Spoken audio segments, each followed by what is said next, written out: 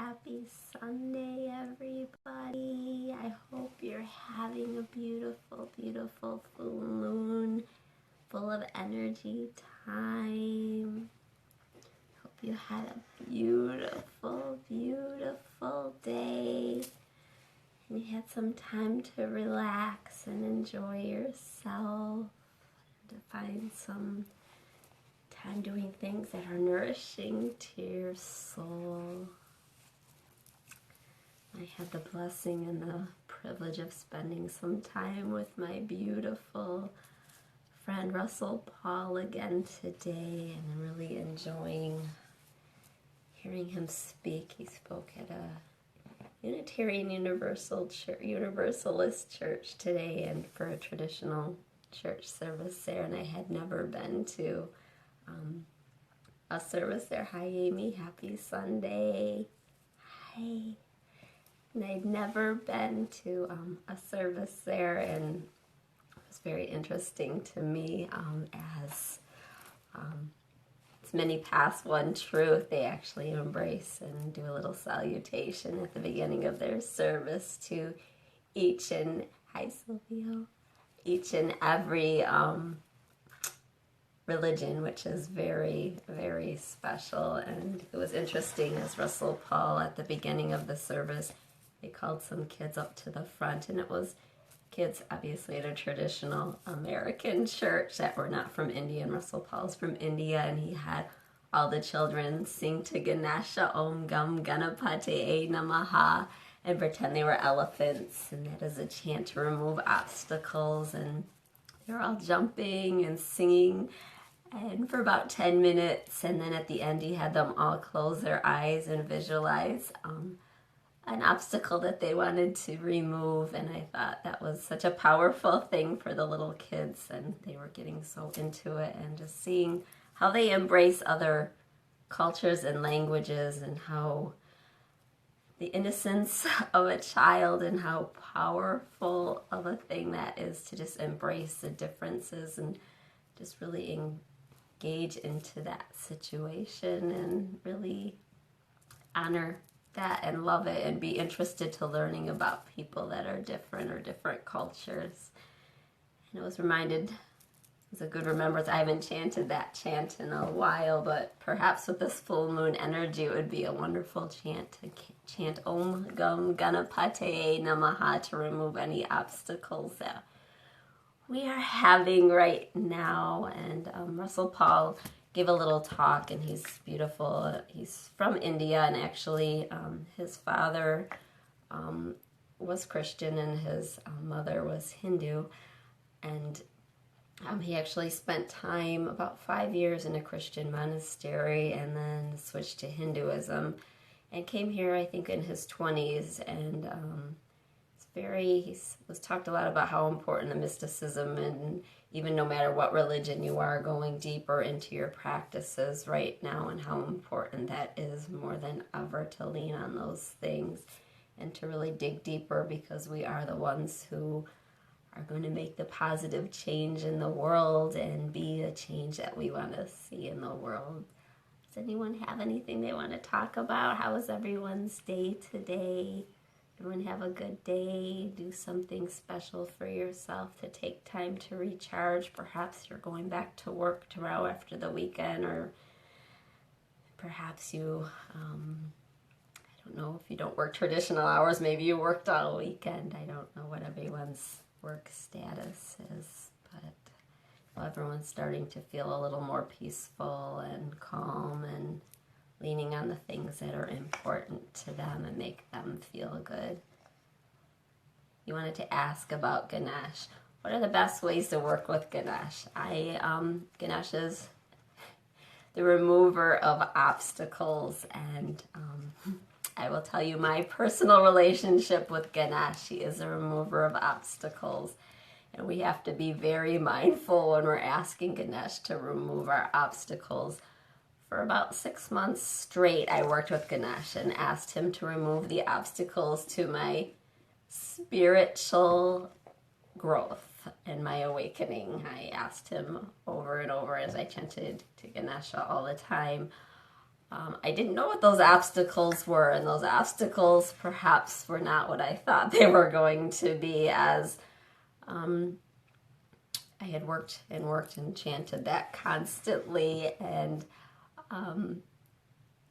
the obstacles of my spiritual growth were Mike and my stepkids, and I didn't really realize that at the time when you're asking Ganesh to remove your obstacles to spiritual growth, what those obstacles might mean.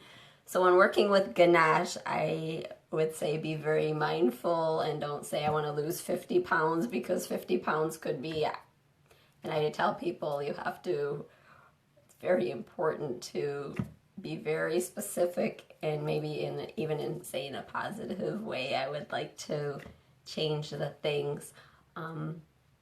And when you're working with Ganesh, it's important, or any, mantra, I would recommend doing 3 rounds of japa in the morning and 3 rounds of japa at night. And if you don't have a mala, you can count 108 anyways.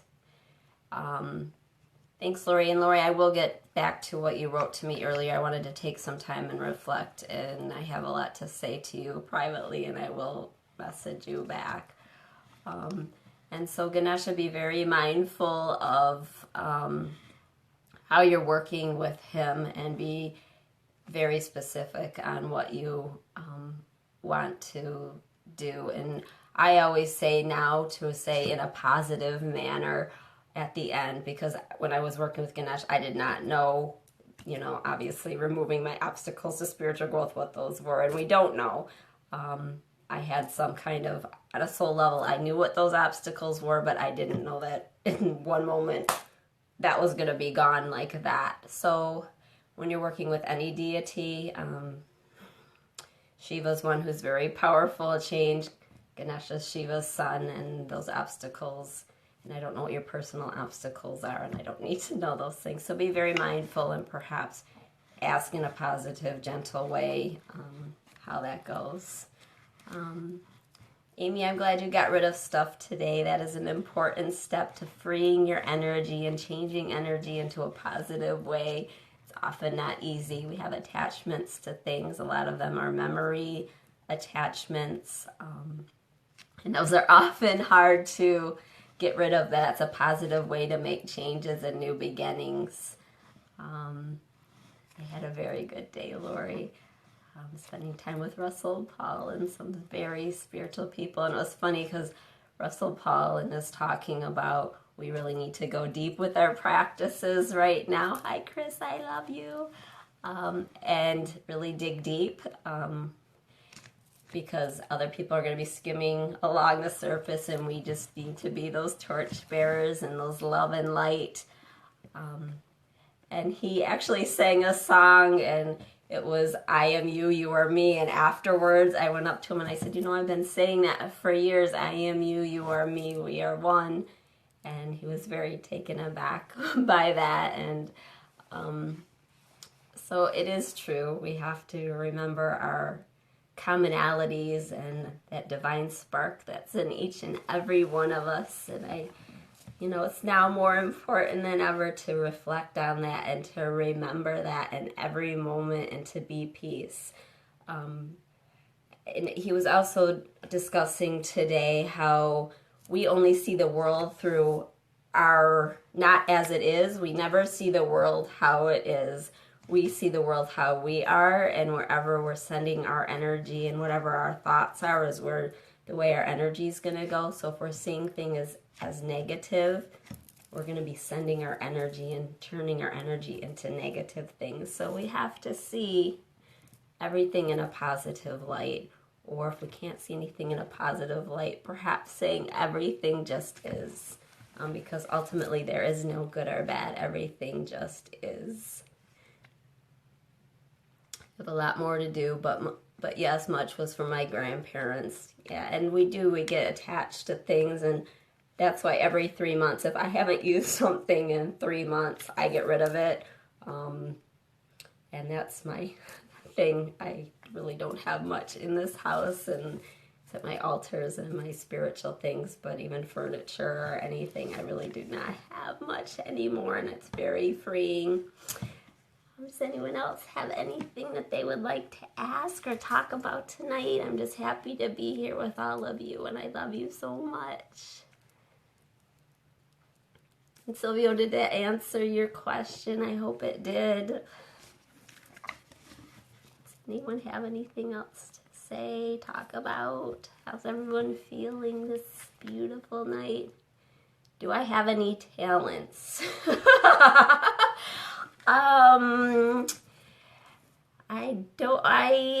I played the violin for many, many, many years. And I love that you're full of questions. It makes life so good. I love people who have lots of questions. It means your openness, and I love that about you. And I don't, I write. I guess you probably have read things I've written. And photography lately has been interesting to me. But I'm not really that creative, perhaps. But it's all good. And how does creativity assist in your spiritual practice? I think, because a lot of people, harmonium, yes, I play the harmonium. I taught myself how to play the harmonium very recently, which is just, hi Caldy, how are you? Happy Sunday, beautiful. And so I taught myself to play that, and I give dog kirtan every night. I don't know if the dogs really enjoy it, but so far they're hanging out when I do that. And I think spirituality, at first it's challenging for people perhaps to sit and meditate. That's why we just sit and meditate for very few moments together here, but at least it's something where we're sharing breath and energy together. But I think overall, if we, you can make your art your meditation. I think it gets you out of your mind. We all need to be out of our mind into something a little more on a soul level. And I think anytime we can get away from our thoughts, even if it's for 30 seconds, you're doing positive work to separate yourself from your thoughts. And anytime you can separate, that is a very positive thing. Does anyone else have anything that they want to talk about tonight?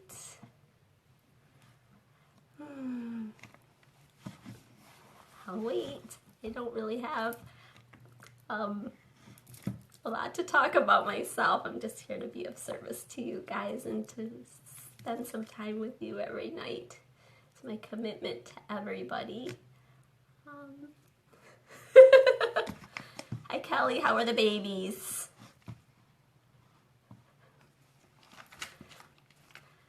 I went and took some pictures today along the water, and that was such a beautiful treat in November. It's usually a lot colder here. And I was enjoying the moon this evening. Good, I'm glad your babies are better. Did anyone listen to Russell Paul's mantra that I posted last night? The Shiva mantra, the mantra that we've encouraged everybody to be using to shake up our lives a little bit, get us out of our comfort zone, which is really our discomfort zone. Should we do our reading, and then if anyone wants? Stella she is adorable, Amy. She is so sweet. You fell asleep to that mantra, Lori? Yeah, it's good. Russell Paul, I had my YouTube auto on, and I was listening to all of his, it played and played. I think I'm going to order his CD. Sylvia, I found the more spiritual I become, the crazier people seem to think that I am. How do we cope with those opinions from other people, especially when they are loved ones? That is a good question, as I was very involved in a yoga community here, and as I became more out of the box and more embracing that spiritual part of who I am, the people that perhaps are not healthy to be in your life, and I know loved ones, that's walking that fine line there, but there's a lot of people that are going to flow out of your life, and that'll leave space for people that are more spiritual minded and more supportive of that path to flow in. I know people think I'm crazy probably a lot of times, but I think, they also see that I'm peaceful, I would hope, and they might not understand, but I think they perhaps, they do want, certain people do want to spend time with me, and that's good, but it's, it's a lonely path. A spiritual practice and a spiritual life is a lonely path, as I spend most of my time alone, which is a beautiful, beautiful thing to do. I'm so blessed to be able to have that. Papaji, who is Muji's guru, said he was friendly towards everyone, but was friends with no one. And I think that's was a very profound quote for me as I was thinking about that in my life. Probably the people that I most days I don't talk to anyone on the phone, and I don't see people except my doctors. And I'm at the place where I'm fine with that. It's not something that, I don't feel lonely. It was interesting because my favorite quote from Swami Satchidananda is, "You're never alone. God is closer than your own heart." So, and I know I'm not going to push God on people. That is something you can use whatever you love is closer than your own heart, whatever you want to use for that. But I feel like that's, you aren't ever alone. And yes, Silvio, it's interesting because that's why I've been coming on live every night, and that's because the universe and my guru came to me and said it was time to do that. But there is, our satsang, we're also spread out, and so it's nice to connect on here, even if it's just for 5 or 10 minutes every day. And, that is, and, your loved ones, I think when they see that shift in you and you become more peaceful and you become more accepting of yourself and accepting of everyone else, then they will come to that place where they're more accepting and understanding of you because they see you have that peace. And our soul, everyone's soul wants that peace. And oftentimes they go about it the way of going and buying things or doing all these external things. But eventually if they see you holding that place of peace and being happy and content, and then they'll think you're not crazy, and they'll perhaps begin to ask, how did you get there? I want that for myself, and I've been doing it this way, and this way hasn't worked. And I think that's the important thing. And the people that aren't meant to be in your life, they're going to flow away as you grow, and that's just a normal thing that happens. That's quite a common occurrence, and it's a beautiful occurrence. And that's why it's important to lean on your practices. And no, you're not alone. We're all here together, and perhaps some of you could even connect and add each other as friends. If you look at the comments after one of these Facebook Lives and start friending each other so we can create a more cohesive group and be support to each other. I think that's very important for all of us now as these interesting and exciting times are upon us. And I'm really excited. I was telling Russell today, I think it's an interesting, exciting time to be in this country right now, because what's the point of having all these spiritual practices if we never get to put them into use? It's easy to meditate and do asana and do japa when things are easy. And it's the times when things appear challenging that it's a great opportunity to see how we've incorporated those practices in our life. And I reconnected with a friend I hadn't seen. He came to see Russell Paul, and I hadn't seen him in 3 years, and just spending time with him. And he said, "I've never seen anyone who can roll with life the way you do." And he said, "And you go right to your practices." He goes,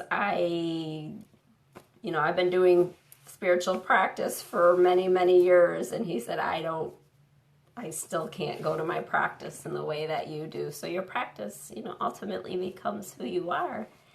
And it's wonderful and beautiful. anyone else have anything they want to talk about this evening? This beautiful, beautiful day.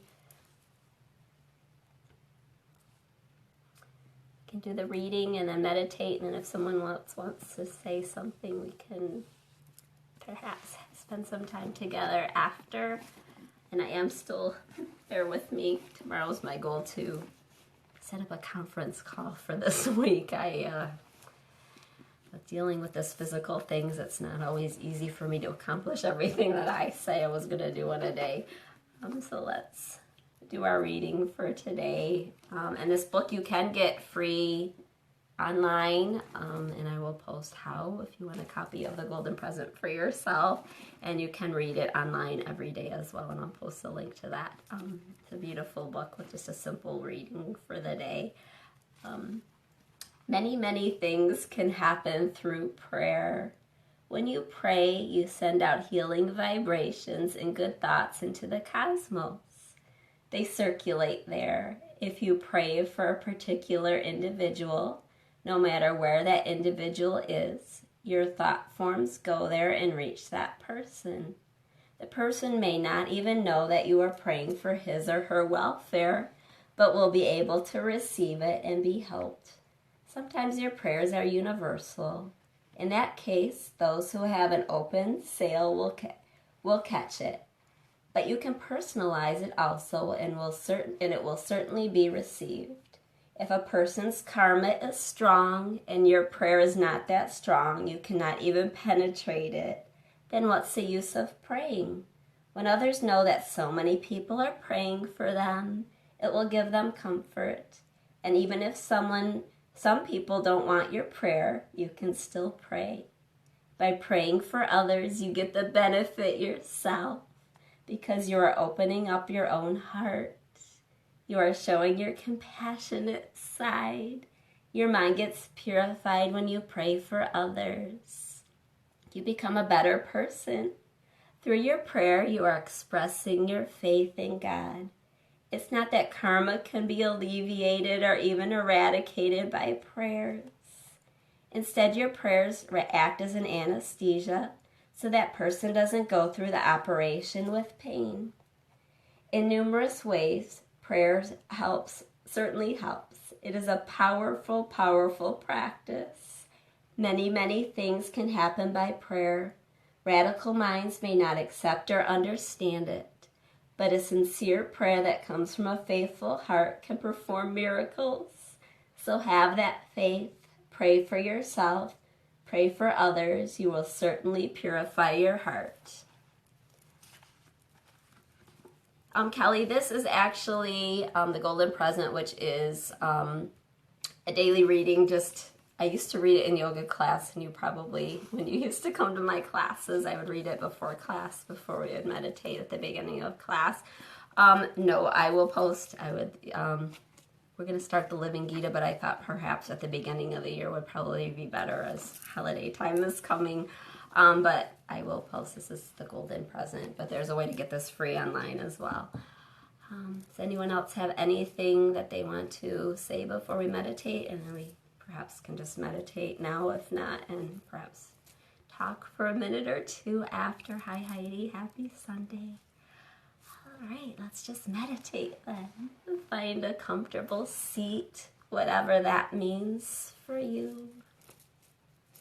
Closing your eyes. Take a deep inhale through your nose. Exhale out your mouth. Take a deep inhale through your nose. Exhale out your mouth.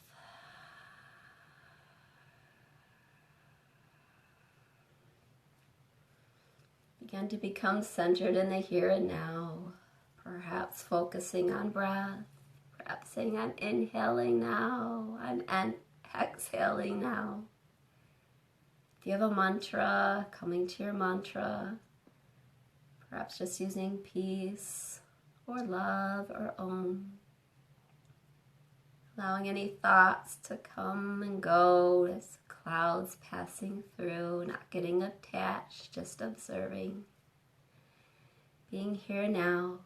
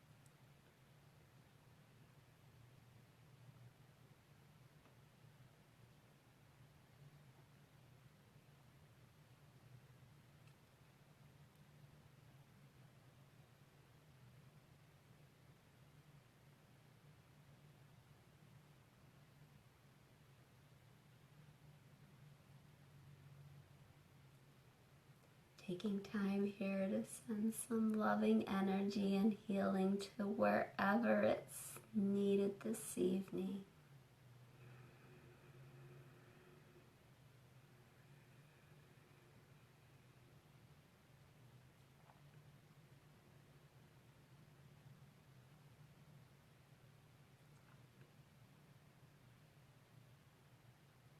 If you'd like to join in one closing Om, take a deep inhale through your nose.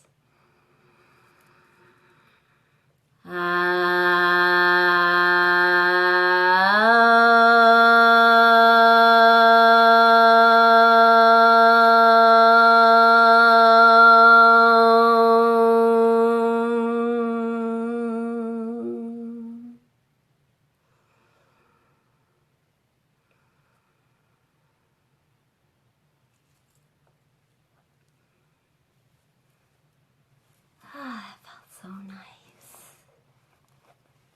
Does anyone have anything else they want to talk about?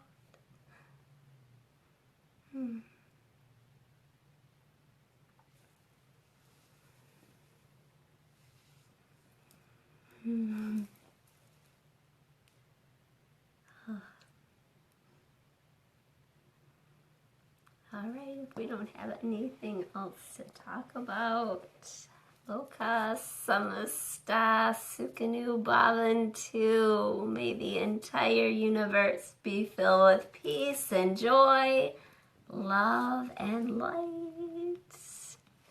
You are love, light, perfection, and bliss. Om Shanti, Shanti, Shanti. Om peace, peace, peace. Om Namah Shivaya, Om Namah Shivaya, Om Namah Shivaya. I will see everyone tomorrow. In the meantime, a reminder, if you don't have anywhere to go for Thanksgiving, I have a house with no furniture and lots of places to sleep on the floor with sleeping bags or anything else. I'm always here to be of loving kindness and service. Love all, serve all. Have a beautiful, beautiful night. Please keep reaching out, and Lori, I will respond to what you wrote earlier. I have some ponderings on that. Have a beautiful night. We will be all together tomorrow night. I love you so much, Sylvia. You are a blessing and a gift to my life. I cherish you. I love you, Jamie. Have a beautiful night. Namaste. Sleep well. Bye.